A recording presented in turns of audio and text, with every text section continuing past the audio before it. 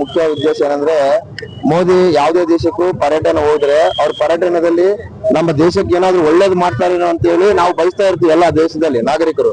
ಆದ್ರೆ ಅವ್ರಲ್ಲಿ ಹೋಗ್ಬಿಟ್ಟು ಅವ್ರು ಆ ದೇಶದಲ್ಲಿ ಇರುವಂತ ಪ್ರೆಷರ್ ನ ಇವ್ರು ನಮ್ಮ ಭಾರತ ದೇಶ ಮೇಲೆ ಕಾಂಪ್ರಮೈಸ್ ಆಗ್ತಾ ಇದಾರೆ. ಹಂಗಾಗಿ ನಾವು ಇವತ್ತು ಕಾಂಪ್ರಮೈಸ್ ಮೋದಿ ಅಂತ ಕರಿತಾ ಇದೀವಿ ಅಂಡ್ ಸರೆಂಡರ್ ಮೋದಿ ಅಂತ ಕರಿತಾ ಇದೀವಿ. ಇನ್ನೊಂದು ನಮ್ಮ ಮತ್ತೊಂದು ಹೋರಾಟ ಇದರಲ್ಲಿ ಈ ದೇಶದ ಪ್ರಧಾನಮಂತ್ರಿಗಳಿಗೆ ಬಹಳಷ್ಟು ಗೌರವ ಇದೆ ಯಾವುದೇ ದೇಶದಲ್ಲಿ ಹೋದ್ರೆ. ಆದ್ರೆ ನಮ್ಮ ಮೋದಿ ಅವರು ಏನ್ ಮಾಡ್ತಾ ಇದಾರೆ, ನಮ್ಮ ದೇಶದ ಗೌರವ ಘನತೆಯನ್ನು ಹಾಳು ಮಾಡಿದ್ದಾರೆ. ಎಕ್ಸ್ಟರ್ನಲ್ ಫೈಲ್ಸ್ ಅಲ್ಲಿ ಅವ್ರ ಹೆಸರು ಪ್ರತಿಫಲಿಸಿದೆ ಮತ್ತು ಅವರಲ್ಲಿ ಅದರಲ್ಲಿ ಬರ್ದಿರೋರಂತೆ ಮೋದಿ ಅವರನ್ನು ಭೇಟಿ ಆಗಿದ್ದಾರೆ ಅಂತೇಳಿ. ಹಾಗೆ ಈಗ ನೋಡಿ, ನಮ್ಮ ನರೇಂದ್ರ ಮೋದಿ ಅವರಿಗೆ ಬೇರೆ ದೇಶಗಳಿಗೆ ಹೋಗಿ ಅವ್ರನ್ನೆಲ್ಲ ಮೀಟ್ ಆಗುವಷ್ಟು ಸಮಯ ಇದೆ. ಆದ್ರೆ ನಮ್ಮ ಭಾರತ ದೇಶದ ಮೀಡಿಯಾದವರಿಗೆ ಮಾತಾಡೋಕೆ ಅವ್ರಿಗೆ ಸಮಯ ಇಲ್ಲ. ಅಲ್ಲಿ ಮೋಜು ಮಸ್ತಿ ಮಾಡೋಕೆ ಈಸ್ಟರ್ನ್ ಫೈಲ್ಸ್ ಅನ್ನೋದ್ರಲ್ಲಿ ಹೆಸರು ಬರೋಕೆ ಇವೆಲ್ಲ ಮಾಡ್ತಾ ಇದಾರೆ.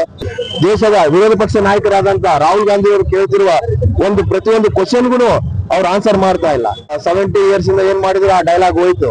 ಈಗ ಹಿಂದೂ ರಾಮ ಮಂದಿರ ಕಟ್ಟಿದ್ವಿ, ಹಿಂದೂ ಮಾಡಿವಿ, ಹಿಂದೂ ಮುಸ್ಲಿಂ ಜಗಳ ಮಾಡಿವಿ, ಪಾಕಿಸ್ತಾನ ಹತ್ರ ಯುದ್ಧ ಮಾಡ್ತಾ ಇದೀವಿ, ಸರ್ಜಿಕಲ್ ಸ್ಟ್ರೈಕ್ಸ್ ಮಾಡ್ತಾ ಇದೀವಿ ಅಂತ ಹೇಳ್ಬಿಟ್ಟು ಪ್ರತಿಯೊಂದನ್ನ ತಳ್ಳಾಕೊಂತ ಬರ್ತಾ ಇದಾರೆ. ಆದ್ರೆ ಇವತ್ತಿನವರೆಗೂ ಒಂದು ಮೀಡಿಯಾಗೆ ಒಂದು ಪ್ರೆಸ್ ಮೀಟ್ ಕೊಡೋಕೆ ಅವ್ರಿಗೆ ಅವಕಾಶ ಇಲ್ಲ. ಬೇರೆ ದೇಶಗಳಲ್ಲಿ ಹೋಗ್ಬಿಟ್ಟು ನಮ್ಮ ದೇಶದ ಪ್ರಧಾನಮಂತ್ರಿಯ ಹುದ್ದೆಯನ್ನು ಅವರ ಗೌರವವನ್ನು ಧಕ್ಕೆ ತರ್ತಾ ಇದ್ದಾರೆ. ಅದರಿಂದ ಇಡೀ ಇಂಟರ್ನ್ಯಾಷನಲ್ ಲೆವೆಲ್ ಅಲ್ಲಿ ನಮ್ಮ ದೇಶದ ಗೌರವ ಧಕ್ಕೆ ಆಗಿದೆ. ಅದಕ್ಕೋಸ್ಕರನೇ ಇವತ್ತು ಈ ಹೋರಾಟ ಮಾಡ್ತಾ ಇದೀವಿ. ಮತ್ತೆ ಬಳ್ಳಾರಿಯಲ್ಲಿ ಮತ್ತೆ ಯುವಕರು ಇನ್ನ ಧ್ವನಿ ಹಾರಿಲ್ಲ, ಧ್ವನಿ ಇನ್ನ ಹಸಿತಾ ಇದೆ. ಮತ್ತೆ ಉದ್ಯೋಗ ಅವಕಾಶಗಳಿಗೋಸ್ಕರ ನಾವೇನು ಹೋರಾಟ ಮಾಡ್ತಾ ಇದೀವಿ ಅದು ಇನ್ನೂ ಹೆಚ್ಚು ಸಂಖ್ಯೆಯಲ್ಲಿ ಮಾಡ್ತೀವಿ ಅಂತ ಹೇಳಿ ಈ ಹೋರಾಟ ಮಾಡ್ತಾ ಇದೀವಿ. ಹೆಸರು ಮಂಜುನಾಥ್ ಅಂತ, ಬಳ್ಳಾರಿ ಜಿಲ್ಲಾ ಗ್ರಾಮೀಣ ಯುವ ಕಾಂಗ್ರೆಸ್ ಅಧ್ಯಕ್ಷರು.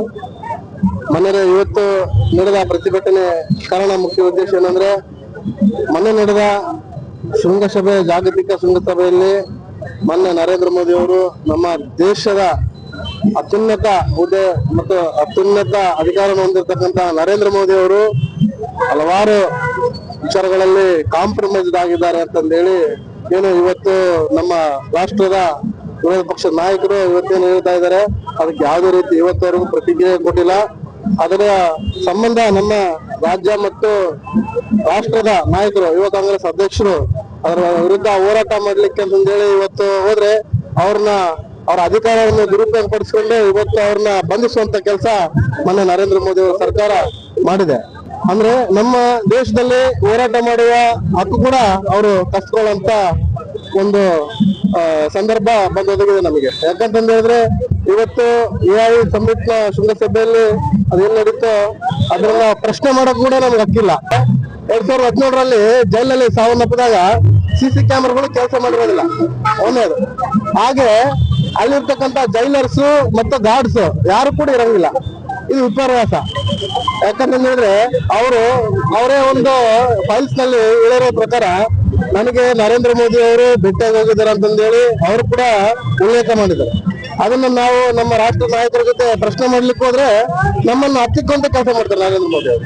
ಇದ್ರ ವಿರುದ್ಧ ನಾವು ಇವತ್ತು ಬಳ್ಳಾರಿ ಜಿಲ್ಲೆಯಲ್ಲಿ ಪ್ರತಿಭಟನೆ ಹಮ್ಮಿಕೊಂಡಿದ್ದೇವೆ, ರಾಜ್ಯ ಮತ್ತು ರಾಷ್ಟ್ರ ಮಟ್ಟದಲ್ಲಿ ಪ್ರತಿಭಟನೆ ಹಮ್ಮಿಕೊಂಡಿದ್ದೇವೆ.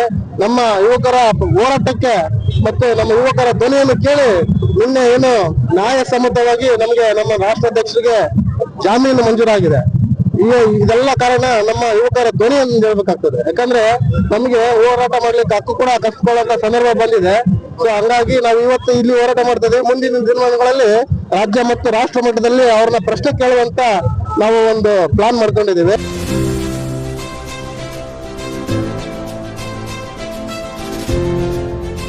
ಇದು ಸೂರ್ಯ ನ್ಯೂಸ್ ಕನ್ನಡ.